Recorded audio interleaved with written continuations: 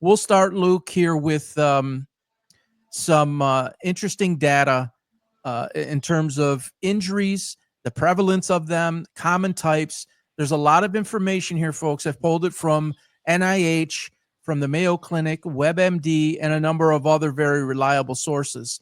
And Luke, I'm going to really lean on you here in a couple of minutes because I want you to take our listeners through and our viewers through what you experienced. I know you had a lot of injuries, but I'm going to want you to really talk about um, when you played for me. Obviously, I don't think that there was enough stretching. I don't think there was before or after practicing games. It was kind of like, let's just blow through this and then get changed and you just go about your business. Maybe you went and played someplace else.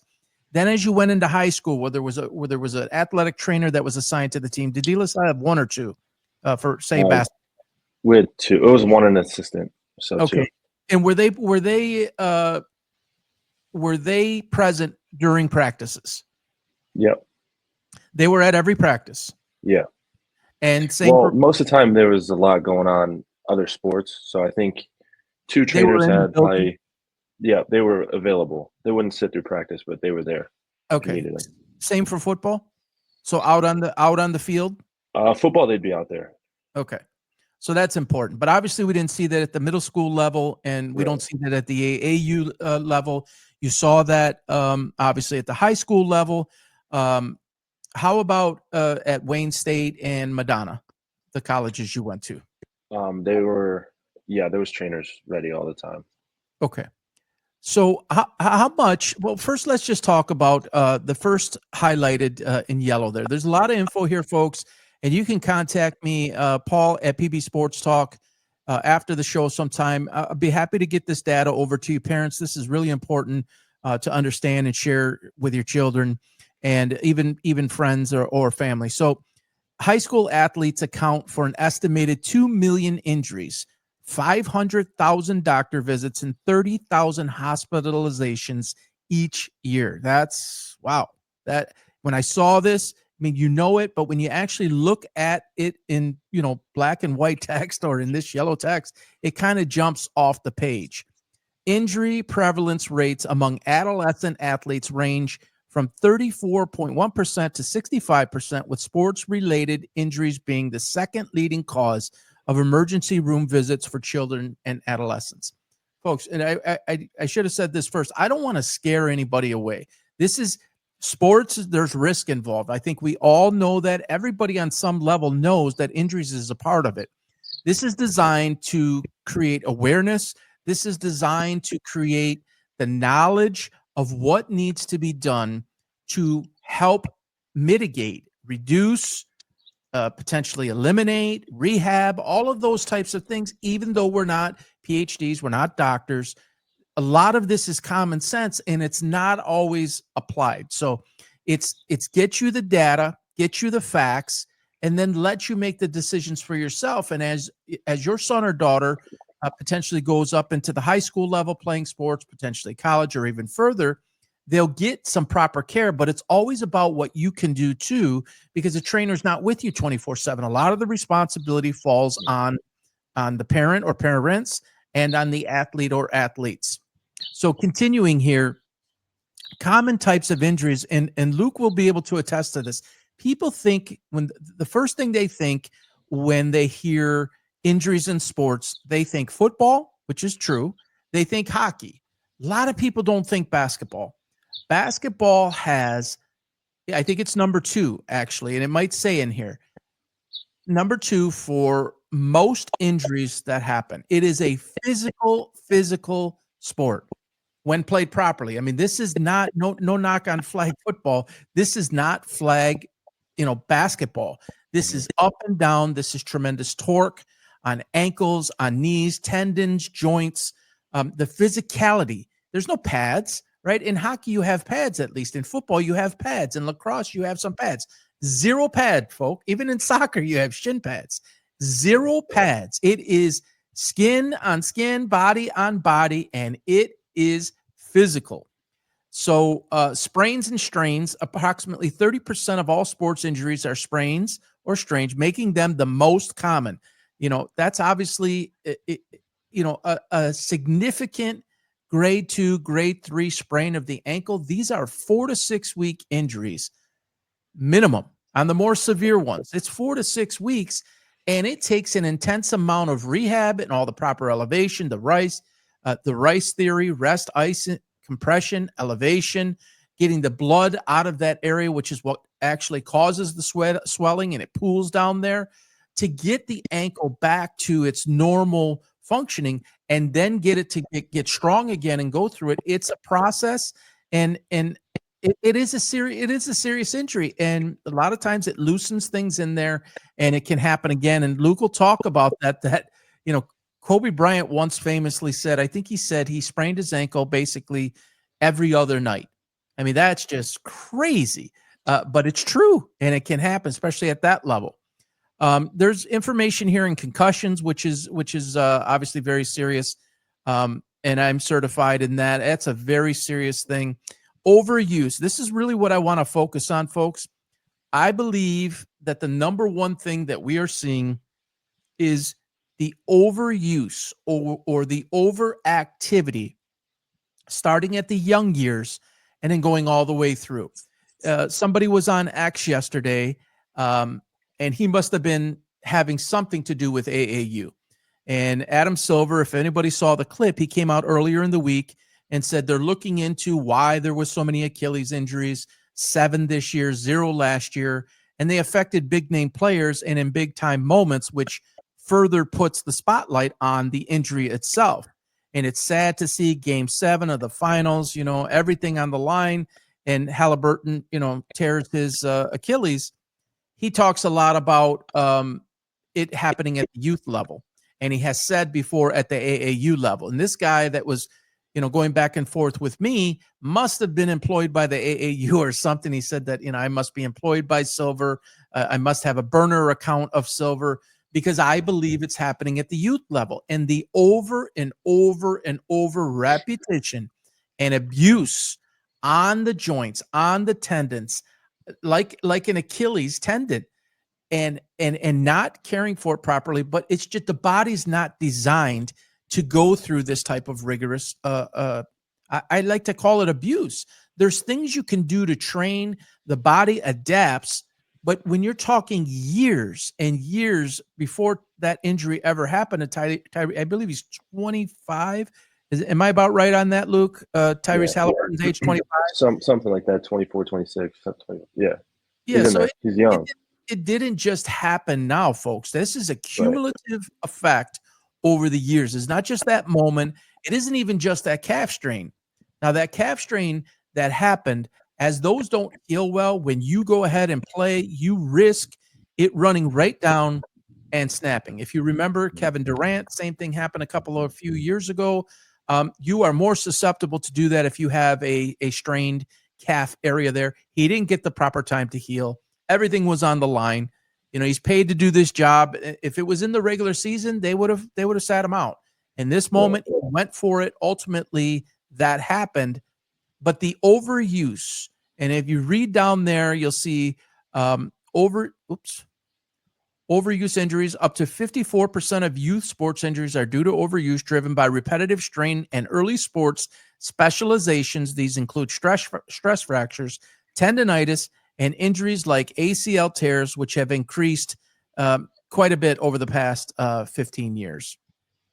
So before I continue, well, let me just say that first line. Basketball, over 170,000 children ages 5 to 14 are treated annually for injuries, making it one of the riskiest sports. And I touched on that earlier. Luke, tell our listeners and tell our viewers a little bit about your story from when we were together. And then as you went forward, specify, if you can. I know you had the knee situation, whether it's ankles, whether it's a shoulder because of football. Go through a few of those, how it happened, what the process was like to heal, when you came back, the fear of it, right? Feeling like you can trust it or not, and how you eventually physically got through it and how you mentally got through it.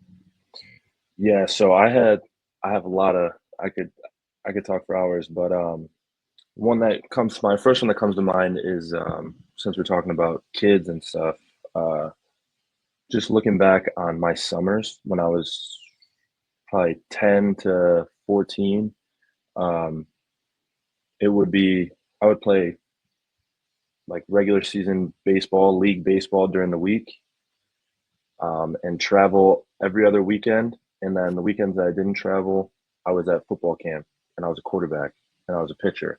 So I'd be pitching all week, then either pitching on the weekends or throwing routes on the weekends.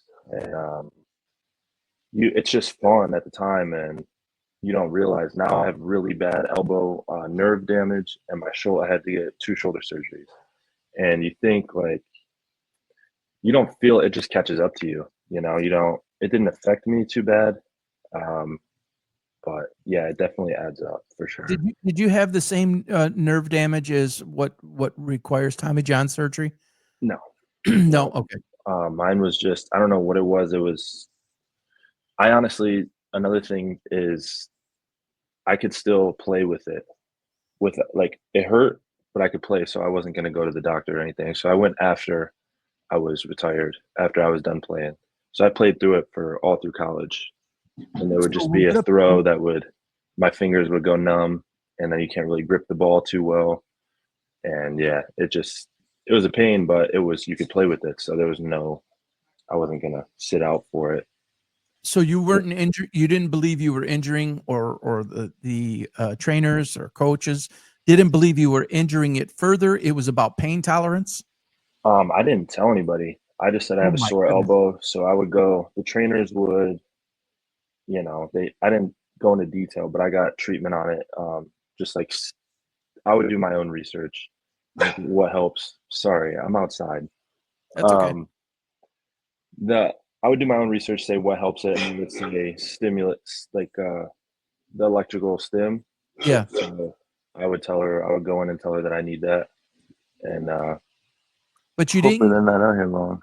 you But didn't tell them details about numbness and things like that. no, What no. what made you choose to not tell them? Well, Honesty, of course. I think when I you know the reason, but I want the audience to hear it from you. it's time off, you don't want to stop. Like you don't want to sit. Why? Especially for something. Just because. What's the reason? What do you mean? You don't want? I don't want to miss games. And why? And especially in high school, you're trying to get scouted and everything, and Yeah. it just And there's looks one bad. more reason. You don't want to lose your job to anybody else, right? That's true. That's true Okay. too. So And you yeah, withheld you essentially withheld at least a portion of the injury because A, yeah, you're competitive, you want to play, you don't want to miss. I mean, no one wants to sit on the sidelines if they're a regular contributor, let alone a higher level contributor. mhm, Um, you probably didn't want to be known as weak, right? Because some right, people perceive that as weak. I'm tough. I can play through it, right? right. What I Okay. did was I just gave up baseball. I said I can't do both. I can take the pain or whatever for football, but I can't pitch 9 innings or whatever it was, 7 innings. Can't do it. So where do you believe the injury started? Was it baseball? Was it I accumulative? What was it? I think it was overuse from summers over and over and over. Like I said, travel ball, league ball, and football all in the same summer. And if I was a tight end or didn't pitch, it wouldn't really make a difference. But I was throwing every single day, and then it starts to hurt, right? So then you're going to baseball, and you don't even want to warm up because you have a finite amount of good pitches you can get in. So I'm not, then you lack warm ups.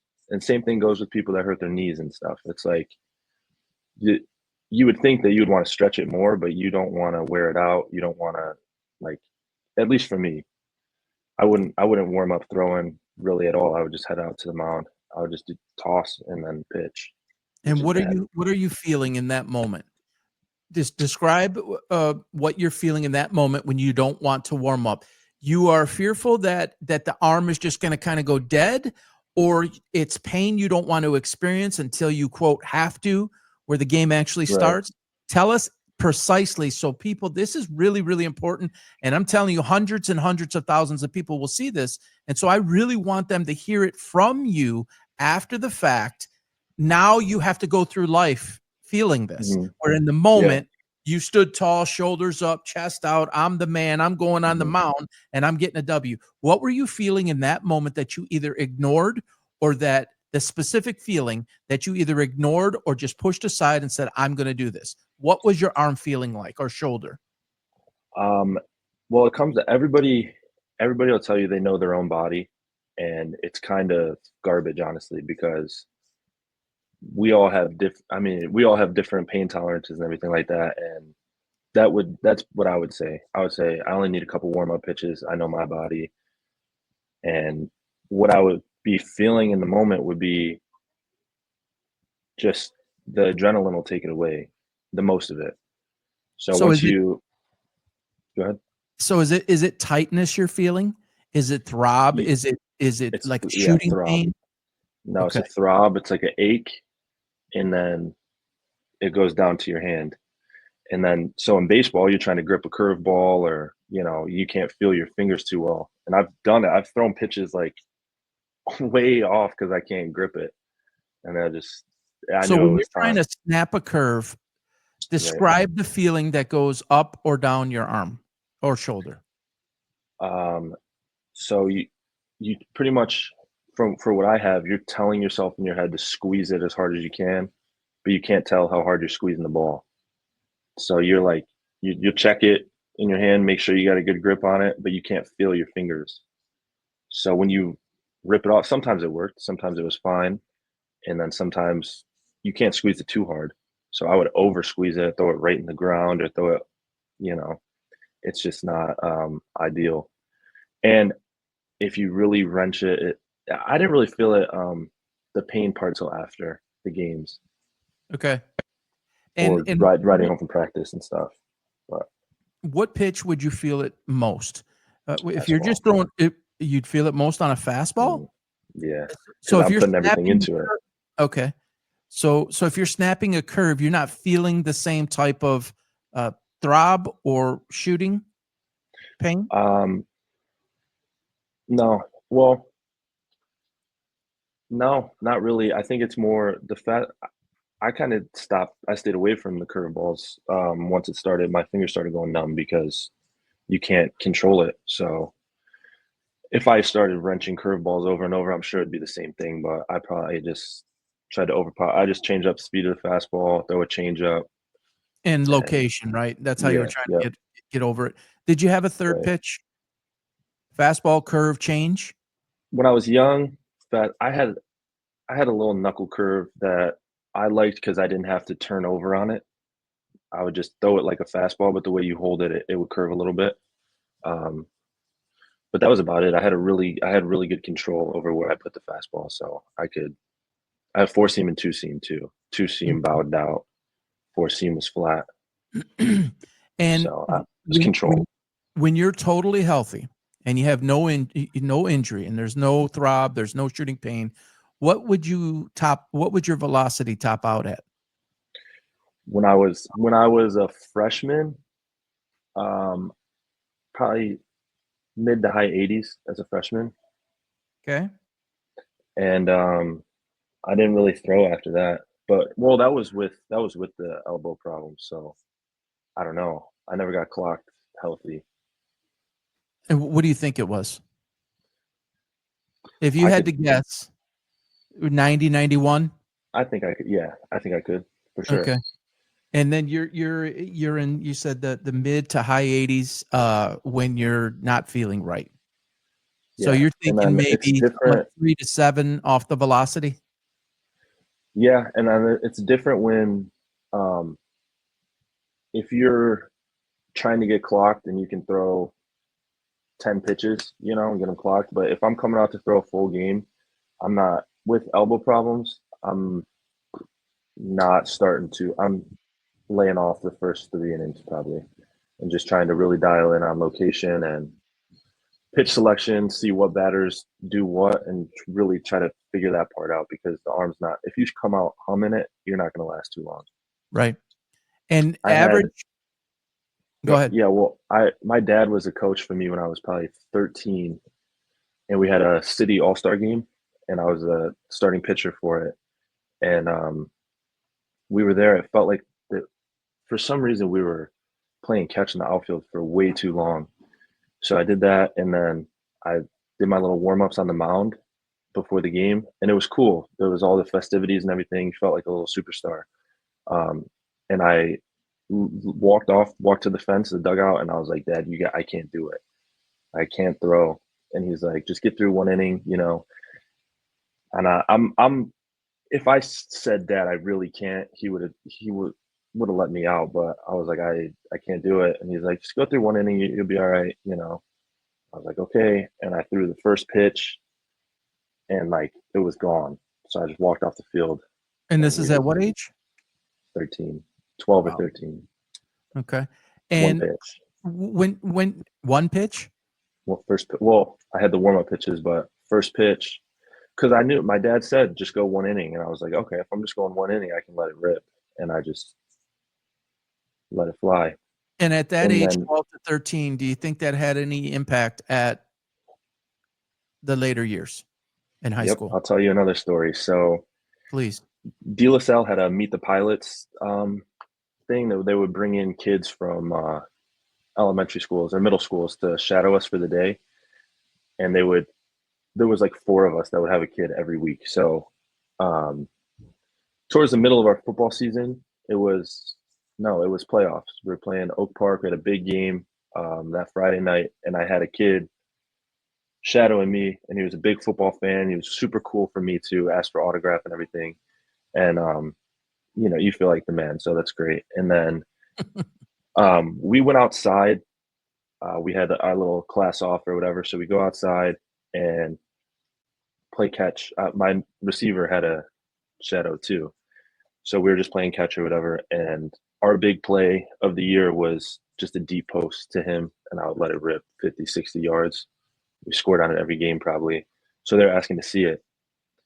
And I was like, all right, go. And I'm like, keep going, you know, just having fun. And I let it go without any warm ups or anything. Arm was gone for the whole rest of the school day and the playoff game that night. In Wow. the freezing cold, I had no fingers. Yeah, it was terrible. I was And you super nervous. attribute that to earlier injury, or you attribute it to lack of warming up and it was cold? I think earlier injury because it was the same feeling. Like as soon as I let it go, I was like, wow, I haven't felt this in a while because I've been really good about taking care of it, and I stopped pitching. And then as soon I was like, why tonight with this game, you know?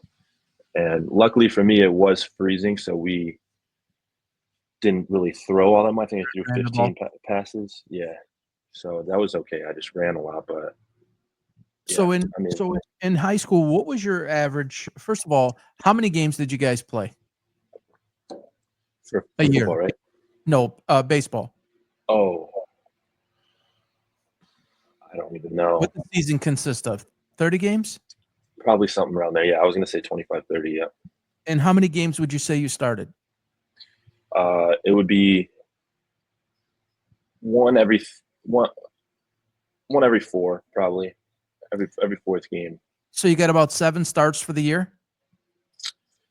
Yeah, but that doesn't sound right. Um, I think it might be more games than that. All right, so 40, 50 games maybe? Yeah, and then Let's yeah, so probably go with 40. 12, 15 starts, but you pitch bullpens every other day. On your off days, you're pitching. 12 to 15 starts. What would you Yeah. say is the average length of start Probably in your case? 75 pitches, 70 pitches. Is there a Are limit? you talking about high school? Yes. Okay. I bowed out after my freshman year.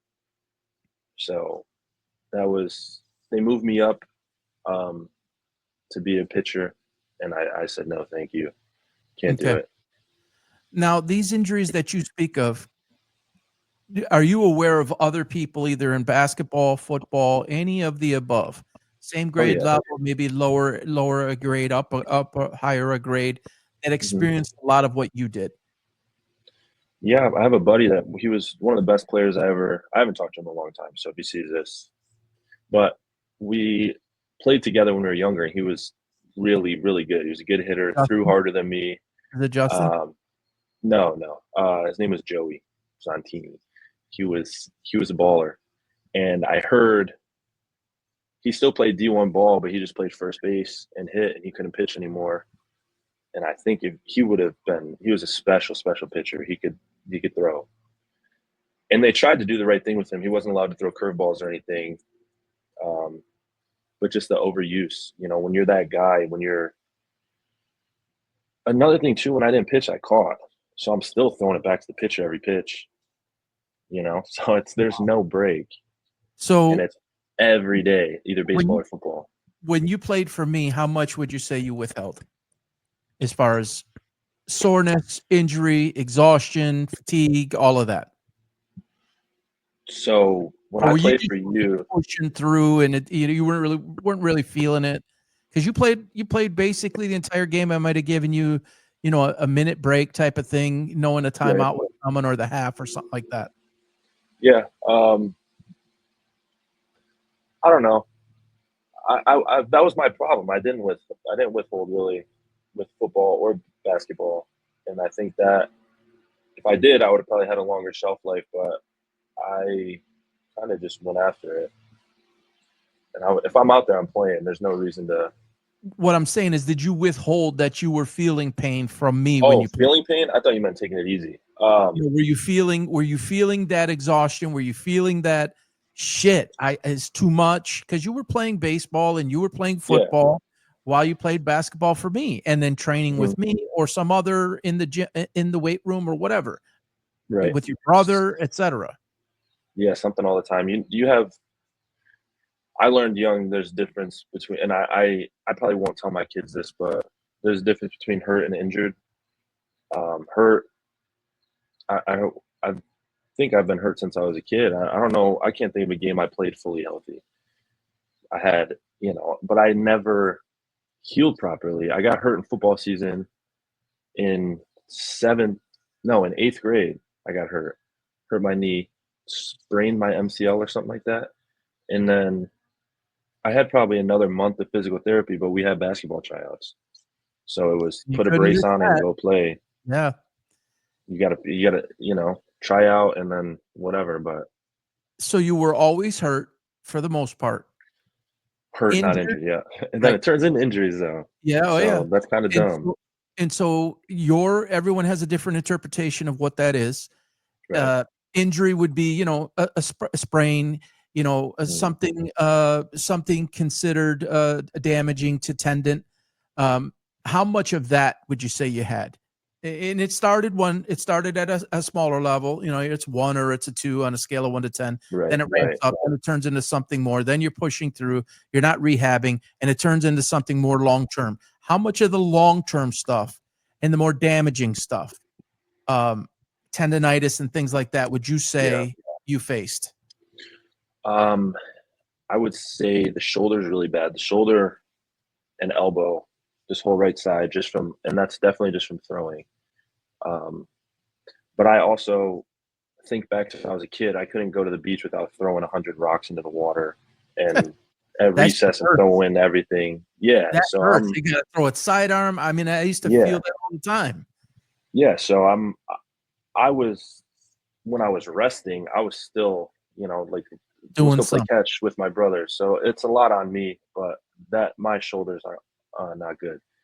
But besides that, I got some neck trouble from football. Nerve? I don't know if it's nerve. I probably got to get it checked out, but just it's tight, very tight all the time. Yeah. Yeah, really stretch it out. It cracks all the time, but that's from getting hit. And when you get hit in football, no one really. You get wrapped up around the waist and they say, "Oh, good clean tackle" or whatever. But watch the guy hit his head on the ground. That's the worst. The worst.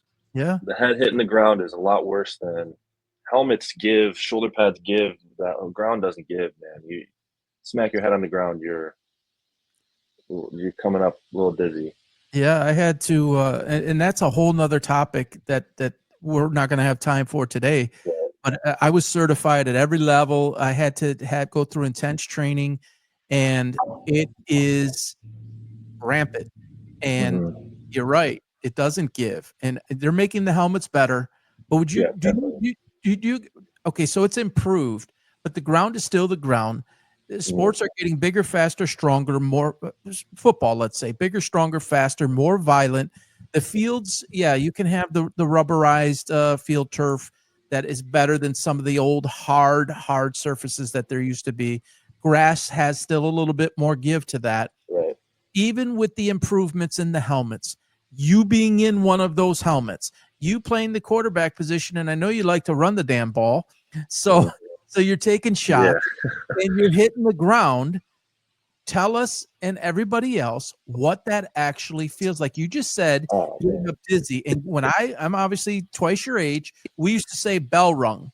We used to Yeah. say, oh, we got knocked a little bit. That is the brain inside of the fluid, inside of the skull, jarring and hitting the outer. It's moving. It's not supposed to do that. Mhm. So what does that feel like? And you just said I got up a little woozy. And how much did you withhold on that? Withhold meaning Way you too didn't tell much. Yeah. anybody. Way too much. It happens every game.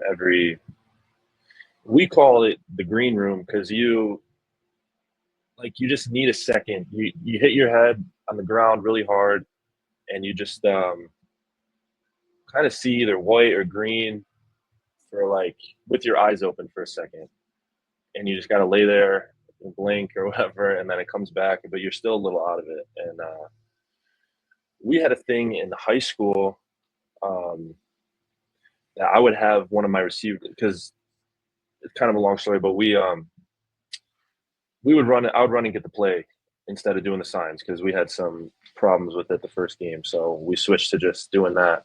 And if I had a play like that where I was out of it, I would bring my running back with me over to the sideline to get the play with me. And I don't think the coaches even knew. I'd just be like, "Come here," and I would just stand there, not even listen at all.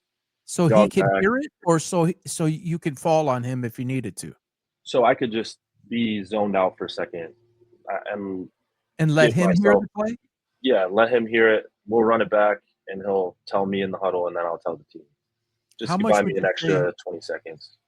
How much would you say during an average game did you feel this? Let's try to be honest here because this is important for people around the world to hear this. Probably twice a game, I'd Twice a say. game. And De La Salle and folks that are listening, and this is nothing in any way to try to get De La Salle in trouble. This is really every school. De La Salle is one of the most famous schools in Michigan history. It's a major football program, has been for years. Luke was the quarterback of the state championship team. What year was that? 18, 2018. 17, 18. Yep. 17-18 state champions. And you guys in that year played how many games total with playoffs and everything? Um, 15 or 16. 15 or 16 games. How many days a Yeah. week did you practice? Contact practice. Oh, I was out. I didn't get touched. Okay. So I don't know what the O line and running backs did that, but I didn't. Yeah. And the quarterback always gets the red shirt, right? Because he can't Mhm. be touched, or Yeah. she, if it's a girl's team. Right. And everybody forgets who takes the most hits on every single play. O There's two line. positions. Well, it's not every single play. Yes, is the O line, is the D line, and then the second most is the running back, right? And it's the Right. running back, Yeah. linebacker. It isn't Yeah. even the quarterback. So we protect the quarterback because that's Yeah. quote the most important position on the Mhm. field. But the this is happening every single play on O line, D line, and Yep. NFL players at linebacker that get 110, 115, 120 tackles, they get applauded for that, right? And that's Yep. that's bus on bus, that's tank on tank. But what people forget is that linebacker, if he doesn't make the tackle, he's going against somebody pulling, and Right. it's 80 plays at basically every single play for the most part. Yeah. So 100%. so you're saying 15 to 16 games, and as the quarterback, you say basically twice a game. Yeah. Yeah. So roughly I've had games where it didn't happen, but I've had games where it was 3, 4 times. So I would say so twice a game. all right. And of those 30, that's 30 times that you feel like you either had a little bit dizzy, that green effect, that I got my bell rung feeling. How many of those were diagnosed as a concussion, as best you can remember? None. Probably none. Zero. I didn't Honestly. spend any time out. I didn't go out. And that, do you believe that was because of you? Yeah, 100%. Because you weren't telling anybody? Yeah, they'd ask and yeah, yeah. I think I had like 3 diagnosed sophomore year, and then You had senior three. year you're just you're not gonna You you had only got a three. little bit of time. You had 3 diagnosed concussions as a Up to sophomore. sophomore year. Yeah. So you're talking grade school, baseball, football, everything leading up to that, or just Everything in? leading up to it, I had 3 diagnosed where I had to spend time on the sideline and wear If you had, sunglasses in school and stuff. if you had to guess, how many concussions, mild or otherwise, because people say, oh, it's severe, oh, it's mild, it's not a big deal. Yeah, Severe, obviously, severe in anything is more severe than something that's mild, but right. mild is still a concussion. It's still the brain moving in ways that it's not supposed to. Yeah, it's If still not a you had, good thing. if you had to estimate all of your playing, how many concussions would you diagnose that you had? And that's a tough question. And I played 17 seasons. I'm hoping for an honest one. What'd you say? I played 17 seasons. I would say, if I had to guess, I would say 25, 30. You played 17 seasons of football, Mhm. tackle football. Yeah, since I was a kid. Yeah, since So you're going puberty or whatever. 4th grade, 5th grade, all the way up. Yeah, 17 seasons. I started before that. I think 3rd grade was. I skipped flag. I played a year. You're supposed to play 2 or 3, I think. I played 1 half of the season and then got moved up to tackle. Okay, so give me the number again that you think you had concussed. I would say 30. So you believe you had 30 concussions and you had official diagnosis of 3? Yeah. Yep. So 10%, simple math, 10% of your concussions, according to your standard, 10% of your concussions were diagnosed and 90% were not. Correct. And That's the math. today, sitting here with me at 25 years old, do you feel any effects of those 30? Honestly, At all? Sleeping, dreams, memory, short or long term, recalling, no. speech, anything? Nope. I think I'm good. I think I probably got lucky, but I have a hard time with really high pitched noises, like Like a whistle?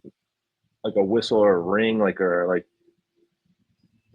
a smoke alarm, that beep beep.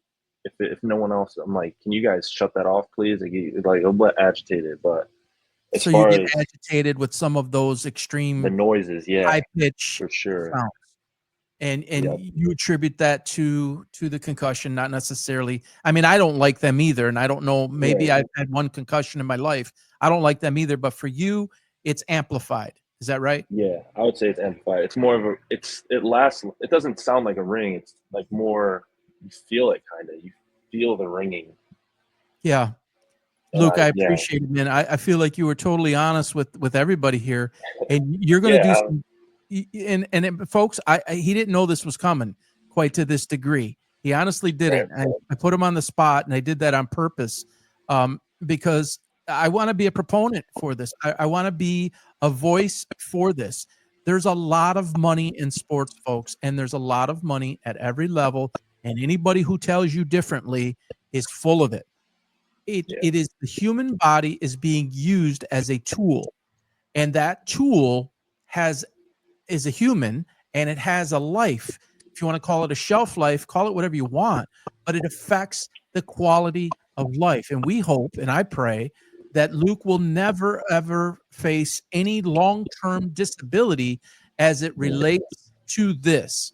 But think about this for a moment and try to have perspective. When you go all the way back to the youth and the peewee, like we just did, and I did this very specifically this way so that when I cut up all of this film, all of this tape, and I splice it up and we put it out there, that this resonates with parents as to you understanding the risk that you are taking on for your son or daughter. And please, please do not think that concussions and serious injuries don't impact ladies and girls, because they do. Yes, men are more physical. Yes, there is more violent sports that they interact, but don't think that getting walloped with a volleyball spiked on your head or something in the basketball with an elbow or hitting the ground with your head in any way means less because it's a girl. It doesn't. And those who are now following me know that I am taking a very strong stance with women in sports and the male, biological males playing in women's sports. Yeah, everybody knows where I stand on this. I'll say it again. It's a disgrace. It's a disaster. And it will destroy sports at the core, and it will ruin lives. And I'm here telling you what male on male experienced. Can you imagine if it's male on female? And yes, in swimming, you're seeing it. Obviously, the famous Riley Gaines incident with Leah Thomas. That's a non-contact sport, but the male body can just do things that the female body cannot do. That is not my opinion. It's scientifically proven.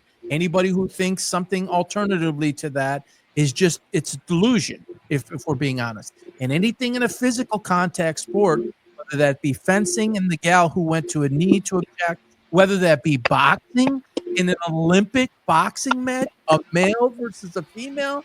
This is insanity, folks. It's totally insane. Luke, you're 6'5", 230. Is Yeah. that about right? And when Yeah.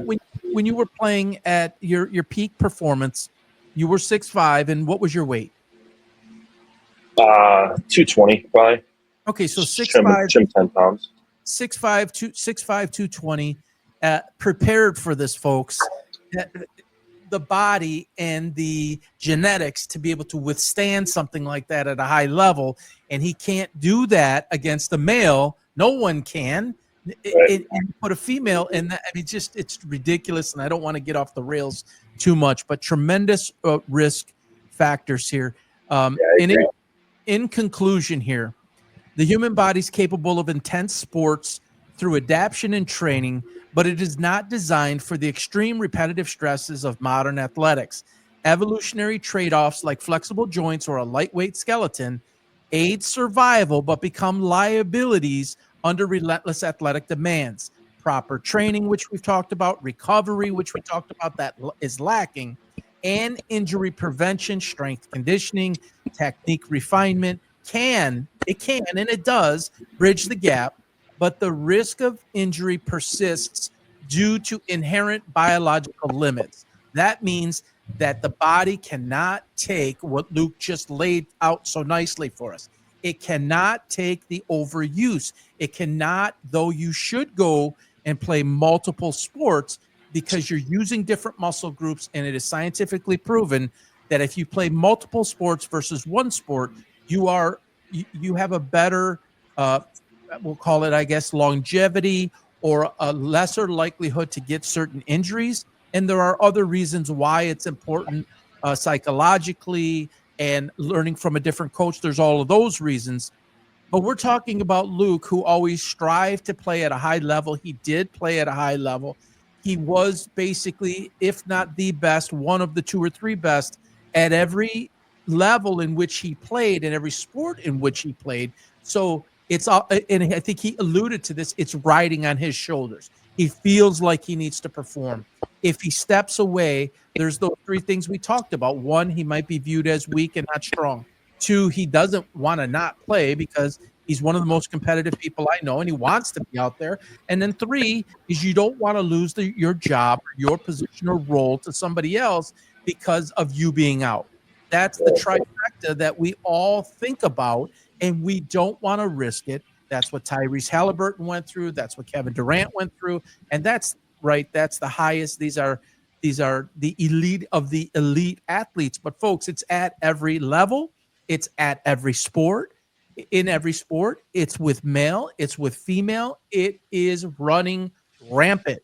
And I Yeah. wanted to have this segment, which has gone longer than what was planned, but it's so important that we covered it in this range. And then when I cut it up, this information will be invaluable, I believe, and it's real, it's honest. I'm telling you as a former coach, and this is somebody who's 25 years old who grew up in this environment, grew up in a time different than when I did, and he can speak to it, how it's advancing and how it's getting harder. It's more taxing on the mind, the body, the soul, the spirit, everything. Anything else to add on this, Luke? I would just say when you're talking to parents, you can't. You kind of your kid's probably not going to be honest with you. Is what I'm trying to say, and for the reasons that you just laid out, they don't want to not play, and there's got to be a way to explain certain things aren't as important as further down the road. Like, for example, our tryout that I was not cleared for.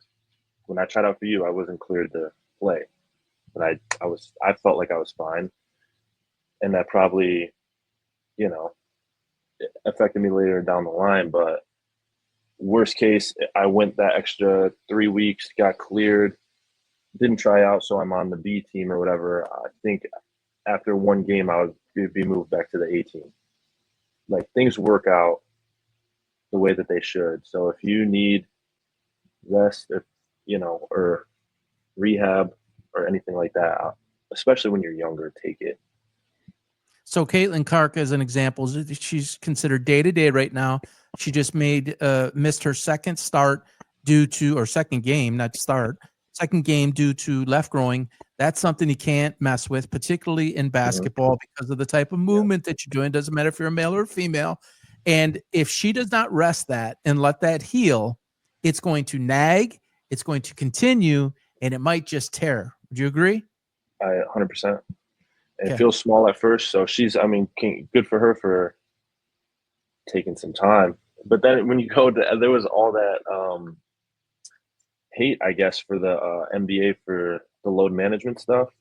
But sometimes I don't know. It Well, depends. Depends on the person. I'm actually glad you brought that up. So the load management, and the reason that there's the hate or the objection to it is there wasn't load management in the old days. Those guys played more minutes on average, all right, and the injuries were less. I don't believe it was 82 games then, regular season. It's 82 games now, regular season. That has not changed. At least from the Jordan era forward, that's 82. What has changed is what we're talking about, what the athlete goes through with the more younger generation. So like a Halliburton and the AAU, this stuff didn't exist back then at the same level. There wasn't as much tear on the body at a younger age. And it's not to say that Jordan didn't play in Nike camps and things like that. And it was his life and everything. I'm not suggesting that, but it was less than on the athlete to perform so much and the exhaustion from one sport in a day. How many times did you go to a sport? Let's close it off with this. How many times did you go to a sport? How many sports would be the most you went to in a single day? Excuse me. Would you go, because there's some bleed over in seasons or in training? I'm sure there was a couple times I did 3, but that was few and far in between. But I did 2 a lot, especially with summer. And how much? And so that's the sport. And then how much was working out as well, separate from the field or the team, that you either worked out independently or you went in the weight room separate from that on the same day? In other words, the team wasn't there, but you went in and you got a workout. Yeah, I think I did it as if we didn't lift weights as a team. It was more basketball or football focused. I'd probably lift weights on my own. Or if we just lifted weights, I'd probably go do some field stuff by myself. So it's not unrealistic to say, or it's not unfair to say, that there were times that you would play 2 sports in a day, and you would either train on your own, like at home or separately, or in a non-supervised environment, you and a couple of the guys wanted to go get a workout in. So 2 sports and a workout separate from those practice interactions or game interactions in a day. Yes? Yeah. Okay. Well, I'll tell you this. So I'll just be the last thing I say, but I was just talking to the girl that I dated in high school, and I'm back home and I had one of my notebooks and planners, and I saw one of my schedules as a random Tuesday. And I told her she was a rock star for dating me through this, but we had 6 a.m. football lift Tuesday and Thursday. So we're lifting heavy, in the weight room, we're slapping each other, smelling salt, intense workout for football before school. Then we had school, and then I had basketball conditioning. So we would run like probably from De La Salle to the Brack and back or something like that. And then so a shoot around. I know the distance, but our listeners, tell them what that distance is. It's a mile. It's a solid mile. A mile. Yeah. Yeah. Or we would do this 2 miles, which would be a square, but whatever. And then we would go back to the gym after, because that conditioning would take 10 minutes or whatever, 15 minutes. And then have an open gym. So we're playing. And that Tuesday, for whatever reason, there was like a football, not a 7-on-7, but like a showcase kind of thing up in L'Anse Creuse. And that started at 6:30 or something. So I got out of school at 3, did the conditioning, open gym till 5, drove out to L'Anse Creuse and played football for 6:30 to 8:30. Got home at 10. And What'd you do? So what'd you do when you got home? Collapse? Eat. Or did you stay up? Well, yeah, you ate. Definitely eat, man. I ate my mom out of house and home, but I would eat. And you didn't go out and play in the yard, did you? No. I was in high school, so. No, I know, but you didn't go shoot around outside. Not after a day like that. No, you got to ice up and chill out. Maybe play some video games or something. Right. So you started the actual physical exertion at 6 a.m. and the physical exertion stopped at, did you say 8:30? 8:30. Yeah. So you're basically talking about 12 to 14. We'll call it 12 because there's some driving in there, and we're not going to include that. But the physical exertion on your body is somewhere in the neighborhood of 11 to 12 hours on this Tuesday's schedule, as an example. Is that fair? Right. Yep. I mean, I rest, folks. Yeah. I rest, and this was every Tuesday. And the football wasn't the 7-on-7 showcase thing, was just a one-time thing, but there was stuff like that all the time. So it wasn't weird for it to be like that. But most of the time it was, just a workout for football in the morning, and then conditioning and practice or open gym after school. But there would be probably once a week, maybe twice a week, there'd be a football thing after that. So that type of rigorous schedule with school and everything. By the way, when the hell did you do homework? In the car? No, I just yeah, no comment. I would do it at home. How many days a week would you say were as rigorous as that? Average. Honestly, average probably once a week, and then sometimes twice. But and the others? Every day was, well, the thing was, when you have a day like that, you still have tomorrow, And so the next day, it's not like you have that super intense day and then tomorrow's a day off. You're still up, and you still have, whether it be 6 a.m. conditioning, the next day is not going to be 6 a.m. conditioning, but it's going to be something after school. It was something every day, but some days just.